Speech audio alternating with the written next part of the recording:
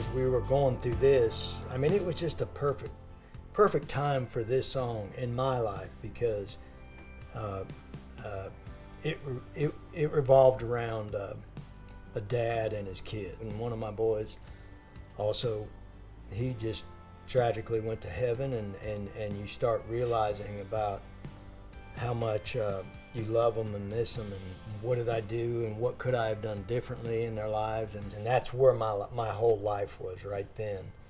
And so it helped minister to me a little bit, but I knew right then, man, this is a ministering song. This is going to reach somebody.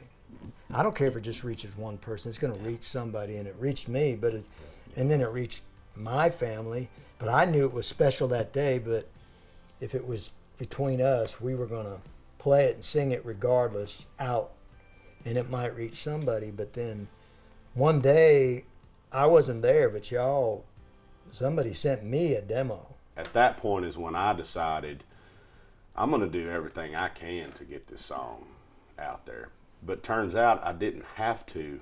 This song grew wings and took off on its own from the moment we wrote it and to the moment we ended up in the studio recording the demo. Phil had an open slot on his demo session, so he said, man, let's throw this song on there. It's a real special song. I don't know if it'll ever amount to anything, but let's just throw it on there.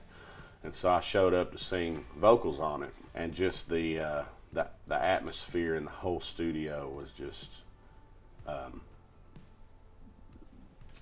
rocked by this song and the energy in the studio that day. I was feeling it so much. I did something I've never done, and I only had to sing 2 passes of this song, and it was the emotion was there, the feeling was there, and that's all we had to do, and we called it a day, and the rest is history.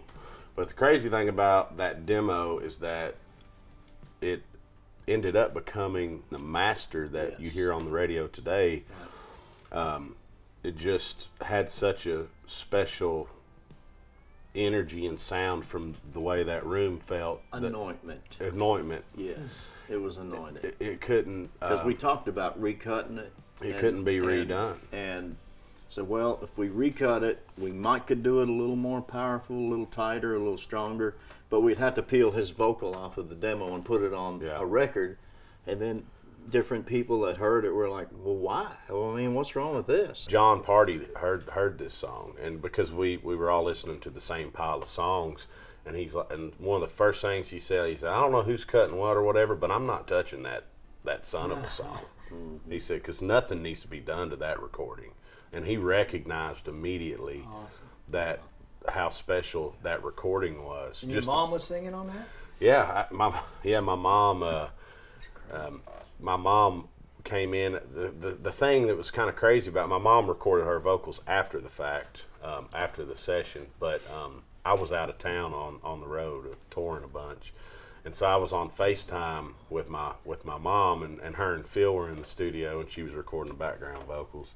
Wow. I'm over here at sound check with my earbuds in, listening to my mom sing harmony on it, crying like a baby.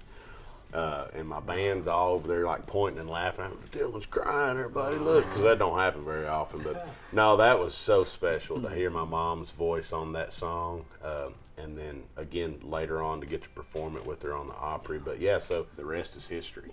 After everybody heard that demo, it was game over. That song became such a giant part of my life after that moment. If somebody came back and told me when I was in there singing in that booth what would happen after that, man, it's really wild.